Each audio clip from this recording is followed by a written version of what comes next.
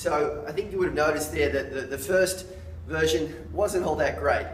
The second one, I think without checking, I think it was probably pretty close to perfect form. And now that's how I have to do squats. The heel lift, what's happening there is, there's one or two things that could be happening.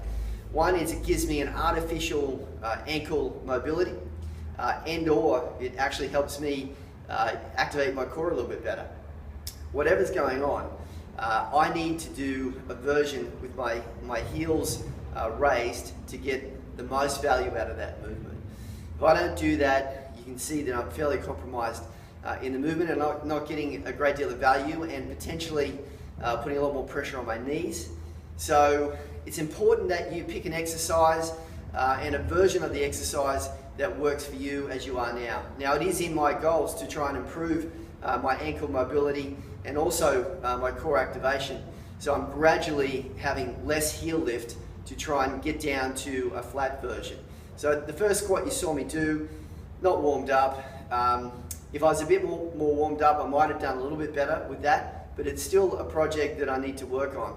But in the meantime, for me to get as much value out of the squat as possible, I need to lift my heels. So I've got to leave my ego at the door.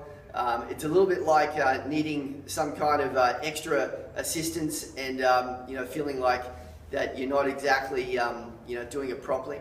But the thing is that you've got to accept where you're at and do what is best for you right now, with the overall goal to improve your mobility and your core activation, particularly with a squat move. So if you feel like you're not squatting that well, have a look at lifting the heel and seeing if it makes a difference. This is Anthony Gillespie. Thanks very much for joining me again. Best Practice Personal Training. We're helping you be just a little bit better.